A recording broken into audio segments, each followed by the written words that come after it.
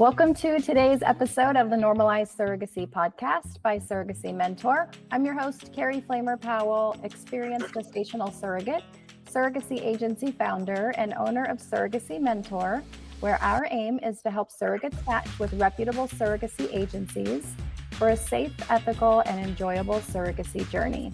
Today, I'm happy to welcome our special guest, Angela Hartshorn of It's Time Surrogacy. Welcome, Angela. Hi, welcome.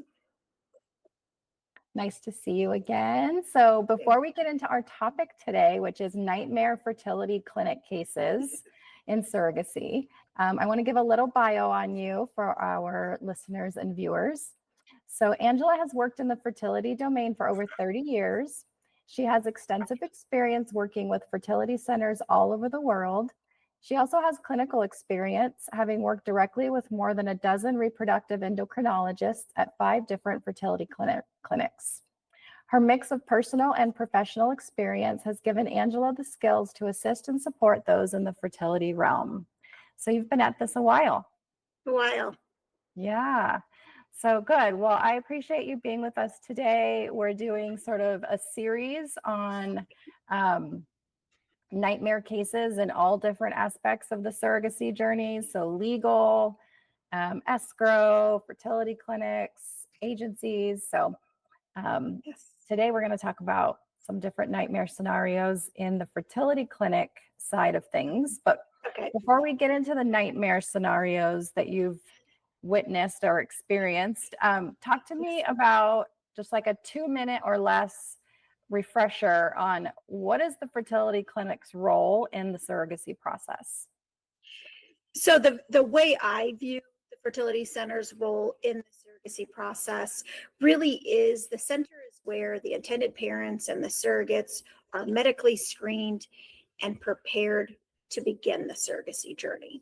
So the clinic's focus is going to be on medical clearance, but they're also a nice little catch-all to ensure that legal has been done and psychological has been done, because most centers that I have worked with, all of them that I have had contact with, they require there to be a psych clearance as well as a legal clearance. So really the fertility center is really where it all starts in the sense of the medical portion of things.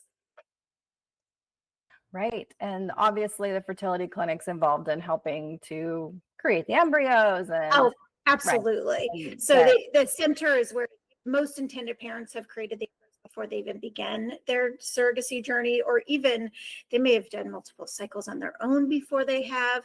Sometimes it's where the initial referral come from to an agency, but that's really anything that's medically related to the process prior to the surrogate getting pregnant and going to the OB really is and falls on the fertility centers.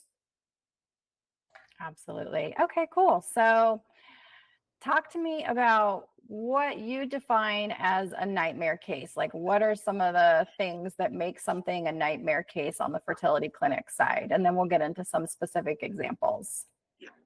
So what can really make it difficult from the clinic standpoint is if you have a non-compliant intended parent or a non-compliant surrogate, or either one of those sides are difficult to communicate with, don't respond to emails, don't respond to messages. We can also have where surrogates come in for their screening and they just don't pass, but they'll go and have something corrected or come back in a few months and their life is different and they want to proceed. And so really the types of things that you see from a clinic side that are kind of the red flags when you're going through and managing those cycles really is, if you're starting a process and communication is just poor from the beginning, that's usually, in my opinion, the biggest red flag that you're going to be paying attention to the whole time as, how is this going to go? And I know many, many years that as an IVF coordinator, if I had difficulty just getting them in for their screening, it's going to be a long few months. It's funny that you say that because we've talked about that on this podcast, and I've been saying this for years as a former surrogacy agency owner and now working with surrogates all the time. The number one thing we look for in surrogates is how do they communicate? How is their responsiveness during the application and screening process? Oh, because absolutely. it can tell you everything you need to know about Everything. their maturity level, their responsibility, their ability to focus and follow up and stay on task. And that is going to, more than almost anything else, foretell exactly how things are going to go with their screening. Oh, I agree. I absolutely agree. If it takes somebody, if they can't even get you medical records in a reasonable amount of time, odds are there's going to be some difficulties that happen along the way, at least Yeah. related to communication. And I would really actually be concerned with compliance. Right, exactly. Okay, so we've kind of set the stage. So let's go into your first example of a nightmare scenario on the fertility clinic side. What happened? Well, so probably one of the ones that was early in my career, but it was definitely one that has stuck with me, is that we had a surrogate who tested positive on a drug screen post-transfer. So yes, there was an initial drug screen, but there had been some potential red flags along the way that I, as a coordinator, I just wasn't feeling comfortable with. And I had reached out to the physician that I worked with at the time and said, hey, I don't know what's making me feel this way. I don't know if it's that she's not responding to me, or I don't know, her behaviors are weird. And she's just a very different girl now that we're coming to this, that we're like at this stage, then, what's going on there. And then in the end, she had lots of excuses and why that drug test was positive. Of course, the intended parents were informed. At that point, you're pulling in mental health professionals, you're pulling in the lawyers, you're really circling the wagons, for lack of a better term, to really support this individual and these intended parents. And it was a very long journey that. Thank you for everything in the universe that there wasn't another positive drug screen, but it just doesn't change that happened. Trust is broken across the board. And really the only way that we could cope in that situation as the center was to immediately inform everybody and get everybody involved, so everybody was on the same page. It doesn't matter how apologetic someone is or how it never happened again. We can't avoid in that beginning stages that pregnancy was exposed to the positive drug screen, so the substance that she was positive for. And really, that was probably one of the first cases that was really difficult for me, I think, because I know as a coordinator, I feel like I pride myself on getting to know these women in the beginning. I felt blindsided, and then just having to deliver all of that news.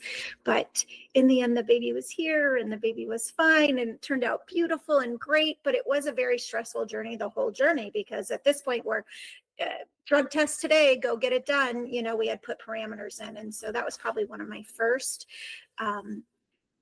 But truly one of the most difficult case I think that I was involved in was really when there was a surrogate that had passed away in a car accident while she was pregnant. And, when that happens, it's really quick before we move on to that one, let's talk about the one you were just mentioning. So Marielle, you can edit that part out right there. Okay, so I want to talk about the positive drug test that you're mentioning, because I'm thinking about that as a former surrogate myself, and how freaking upset and scared and, like you said, just broken trust on the part of the IPs, that everything would just be horrible from there. And then I'm also thinking, as a surrogate, if that child grows up to have any kind of anything happen, a learning disability, behavior outburst issues, like any kind of medical thing, a heart murmur, you have to worry for the rest of their life that you might be blamed as the surrogate for anything that might come up in that child's life. Anything. And thankfully, to my knowledge, with that case, nothing came from any of that, but that's exactly what you're worrying about. You're worrying about, the fetus exposure. And what does that mean? And those kids tend to have learning disabilities. They tend to have development disabilities. There's so many things that could go wrong. And I think where my coordinator heart was crushed, and the situation was exactly that, because I have experience with a child that was exposed to those things in utero, and their life has been difficult. Thankfully, in this situation, it was one positive drug test. And I just think the circling of the wagons and everybody coming together at once is actually what saved that situation, and really probably saved the resulting child, because everything was on notice. There was no lie. And I really went back and forth when I was pushing to have the drug test done, because this surrogate had been a surrogate before. I had no proof that there was anything going on. It just was a very distinct personality change that sadly it was a red flag that I had noticed. And for me, I just couldn't, at the end of every day, it was just kind of tickling my brain. So I finally just went and just said, hey, I know this is crazy. I think we have a problem here. Yeah. And you have to put your fear of somebody being mad at me, fear of what my biggest fear actually was, that I would ask and then the doctor would say no. Yeah. That was actually my biggest fear. And I'm always been very thankful that doctor never even blinked, trusted me. So if I could give a piece of advice for fertility centers, listen to your coordinators. They know they're interacting with these women. Lawyers, when this comes up, the lawyers were phenomenal. They were like, oh yeah, not just breach, but let's talk about safety. And the mental health professionals, you know, I love mental health professionals, and I'm a very big believer in mental health therapy and involvement in everything. So, you know, stepping in, how did she get to that point? How did taking drugs happen? Where's the lack of support? You know, we expect surrogates to have familial and social circles that support them in this journey. So she clearly had a catastrophic failure on all levels. And so just circling the wagons. And sometimes it doesn't matter who raises the flag, right? Just in this case, it was the IVF coordinator, myself, who raised the flag. Sometimes it's the agency. As a coordinator, I've gotten calls from agencies like, can you tell me what your experience with her was? Because this is what we're experiencing. Are you seeing the same thing? And agencies and clinics and lawyers and mental health professionals, the communication needs to be free flowing. Yeah. And not just, you know, making sure the surrogate's compliant and the IPs are doing all the things they need to, and the clinic has done all their push. It's just basic communication. And sometimes the communication is not conversations we want to have, right? So we all have had those conversations that are just not pleasant and comfortable. And you have to throw kind of, you're worried about who's going to get blamed, right? Yeah, who's going to take the fall, who's going to get sued, or who's going to have these problems. It's not even about that. Not in this particular situation, because I felt my due diligence was to raise the flag, to ask for the testing. And then I actually, because I'm the one that kind of raised the flag, I asked to be the one to communicate to the intended parents and the surrogate, because I just felt like I had the relationship. For the surrogate to understand why did I ask for the test? My concern for her as a human. And then the intended parents of, I had this concern and here we are, and I just need you to know the situation, and here's what we recommend. And so that one was particularly hard for me. And that was a nightmare case. And really, I think it just struck a chord in me, because I have a child that's adopted from the foster care system who had drug and alcohol exposure. And so I think, I don't know. It's definitely a case that has stuck with me. And it was, those kids, that baby's probably 20 years old now, but it's just one that it taught me a very valuable lesson about communication and trusting your instincts. And it just really has stayed with me. Yeah, absolutely. Well, I mean, it points to the importance of our collaborative nature in our industry, which is that everyone does have to come together in a scenario like this, where there's a crisis, and support the health and safety of the surrogate and the baby, and the mental health of the intended parents, and, you know, help manage all the things. And so I'm glad that you were able to get all of that from everyone involved. So let's talk about your second example of a nightmare scenario. So another one was a nightmare example. Basically, this example really it was devastating and it was hard, and thank goodness they don't happen very often. But I did have a surrogate that had been pregnant and was killed in a car accident when she was pregnant.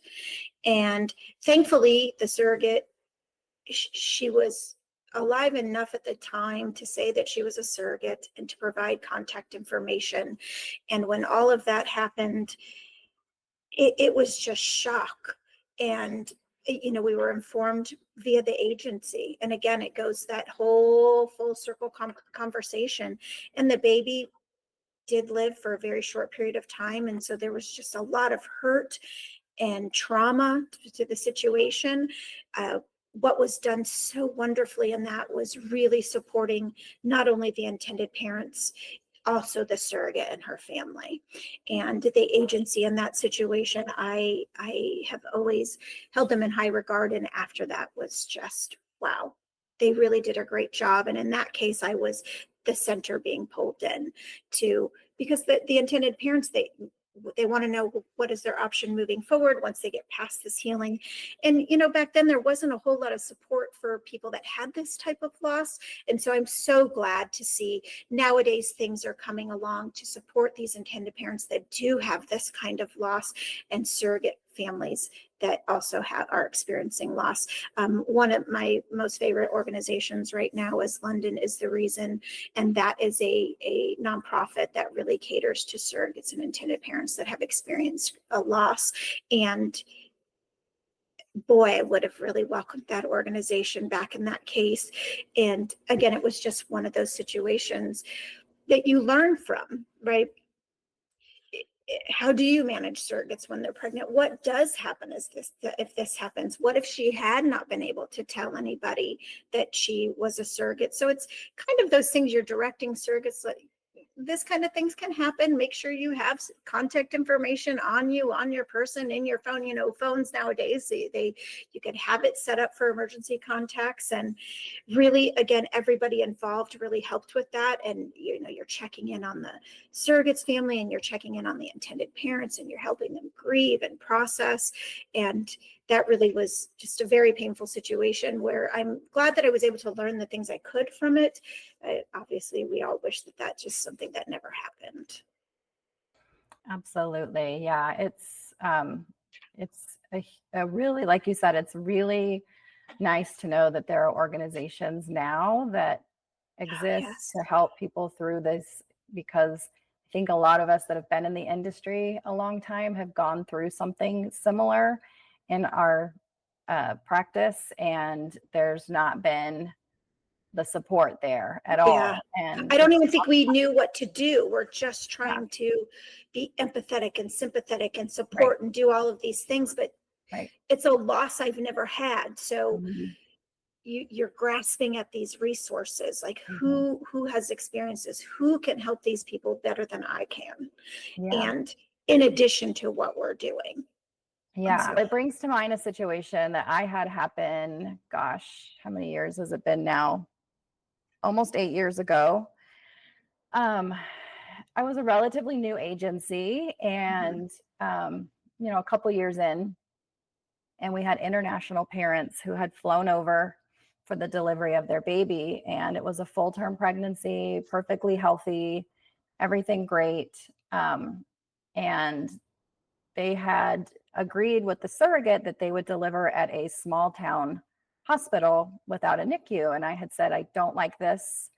I don't think it's a good idea. We have a NICU hospital 45 minutes away. I really want you to deliver there. And they had all agreed, no, we're going to deliver at this hospital. I'm a relatively new agency. I'm like, okay. So then fast forward, the surrogate goes in, she's in labor, she needs a C-section. And before they can get her back into a C-section, they notice meconium, and it's an emergency at this point. And the intended parents are there with her at the hospital. They're in the room, actually. And long story short, there wasn't time for a C-section. Baby was delivered. Meconium glued the lungs shut immediately upon birth. And they were not equipped with any level of no NICU proper NICU. whatsoever. They have no way to rescue the baby or, do anything, any type of life-saving care. And so the parents literally watched their baby die in front of them. And it was the most traumatizing phone call I've ever gotten in my entire life. Yes. And we spent the next couple of months are just a blur, thinking about driving to the hospital, being with the surrogate, sitting with the parents and just bawling with them, and mental health, attorneys. And long story short, the parents were like, we got to go home. We don't want to be here. They flew home to their country and asked me to handle the cremation and spreading of the ashes in the ocean. And so my team and I chartered a boat out to the ocean and spread the ashes, and the surrogate came with us. And long story short, it traumatized obviously everyone, including me and my team. What an amazing team you have. Oh, by the it way, was, to they were even incredible. be willing to undertake, to be willing to do that for that baby and those intended parents. Wow, it was great intense. job. Great job. It was intense, but it was necessary. And one thing part I of the learned, healing. It was healing. Yeah, the surrogate and her husband came with us on the boat. My team members were there. We recorded it for the parents, and they lived in a country on the ocean. And so their reasoning was, if you put her ashes in the ocean, we can go there every year on this day and we can connect with her. But my point in telling this story is that what I learned as a professional is that we have to take these events and these nightmare scenarios, and we have to learn from them, and we have to implement practice changes. And so from that moment on, I would not take on a client, intended parents, or surrogate if they would not agree to deliver at a level 3 NICU or above, period. And if you don't, as a surrogate, live within an hour drive of a level 3 or above NICU, you do not qualify for my agency. Good for you. Good for you. I was never going to go through that or put anybody through that again. Yeah, I mean, you really do learn these lessons from situations where you're just like, I would have never thought to pre-cell phone days, I would have never thought, make sure you have a piece of paper in your purse to identify what's going on here. Carry a copy of your contract if that's what makes you feel comfortable. And in that situation, a loss, wow. Truly, hats off to you, Paul, with that and how it was handled. Wow. And so hard. Same to you. I mean, we do the best we can, right? And we, like you said, we circle the wagons, we pull together all the resources we have, and an organization like London is the reason, or all the mental health support that we have today would have been amazing at that time for myself and my team. So I'm glad it exists for our industry today. The mental health aspect of all of this, because, I myself was a surrogate a very long time ago, 22 years ago, and there was no mental health anything involved. When I look back on my own personal surrogacy, it probably would be labeled as a nightmare case because I didn't have legal representation. The contract was drafted by the intended father, who was a family law attorney. So I, at 20, red flag there, 20, right? I thought it was all right. And, but in the end, I think back now, fast forward, 20, 25 years, whatever it's been, I didn't have legal representation. I didn't have anybody explain this contract to me. I didn't have a psychological evaluation or check. I didn't, none of those things. And when I went on and did have a transfer, did get pregnant, but miscarried and had to go through a D&C, there was no support for me in those things. And there was no help to communicate with the intended parents. And so surrogacy now, as much as there's still nightmare cases that arise, and they do, from communication difficulty to, compliance difficulty to just relationship, they match in the beginning and they love each other, and by the end they're, they don't like each other. All of these things that still happen. I'm so thankful that we actually have wagons to circle now. There's wonderful agencies out there. There is great doctors, great lawyers, really amazing mental health professionals, and holy wow, am I thankful that all of those things have come along in the last 30 years that I've been in the industry and having contact with surrogacy cases. And so that's wow. Yeah. We work in a very cool field, but we definitely rely on one another. And I'm glad to see as an industry, we're all learning to link arms Yeah. and do that, as Yeah. opposed to in funnels and silos. We're truly learning that no, it takes all of us all the Yes. time. 100%. I mean, I was a surrogate 11 years ago, and that feels like the Wild West, even just Yeah, 11 years isn't that ago. crazy? We Yes. didn't have Yes. escrow. I didn't have No, mental health. I I did have know. psych because it was at the clinic, but I didn't have mental health support. I Yeah. lost a twin during the Oh, pregnancy, and there was no support. I yeah. managed the whole thing. We didn't have an agency. And so Yeah. it's come a long way for the better. Yes, I agree. I definitely agree. And then we are learning how to avoid some of these situations. You know, I had it was a single mom and a single mom intended parent and a single mom surrogate, and they were just such a beautiful match in the beginning. And then just communication, they just very different personalities, very different worlds. One very strong faith, another very strong faith with a different faith. And so I think myself as an agency and as a coordinator or anyone helping someone support anyone in this journey, I always say, if there is something that you're hearing in a match meeting and it just clicks as a little bit weird, or something that you did, I don't know, it just bothers me, listen to it. Intended parents and surrogates, listen to it. Because we as agencies, it looks like it's going well. We think it's awesome. We think it's great. Things are going perfect. And then, you know, you're 3 months into a pregnancy and something casual is like, yeah, well, in our match meeting, I did think it was a little, you know, her faith, it didn't really, I didn't think about, no. All these things, when you're going in, this matters. And Yep. it could, you could take a beautiful match that just crumbles into not a beautiful match. And really, it could have been avoided if somebody would have spoke up and said, you know, can you ask her a little bit more detail about this that she said in that match meeting? Yeah.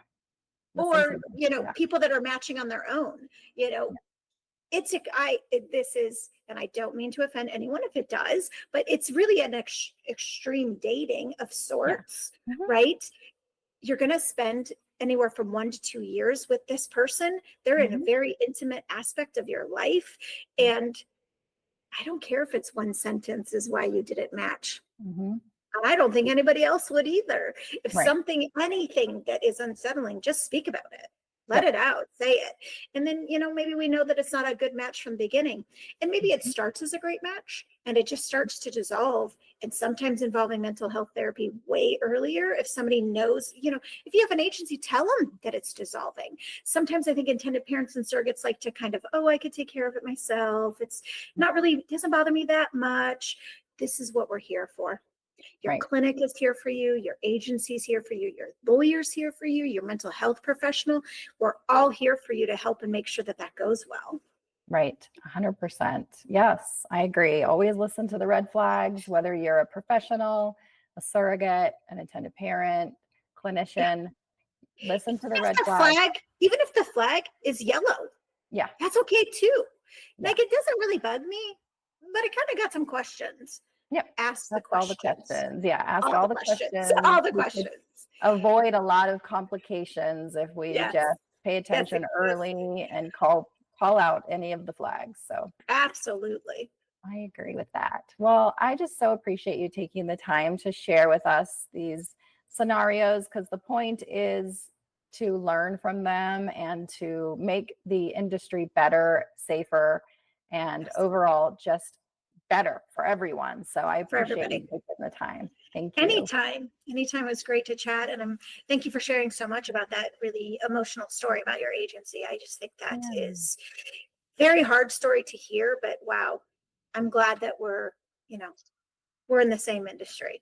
Yes, same. Thank you. You're welcome. Well, that brings us to the end of this episode of the Normalized Surrogacy Podcast. Again, I'm your host, Carey Flamer-Powell. I want to again thank my very special guest, Angela, for joining me for this chat today. Be sure to check us out online at surrogacymentor.com. If you're interested in knowing whether surrogacy is right for you, take our easy 2-minute quiz on our website. You can also learn more about our intended parent mentoring and matching services at modernparentmentor.com. Subscribe to this podcast to learn more about gestational surrogacy and how to have a safe, ethical, and enjoyable surrogacy journey. Talk to you next time.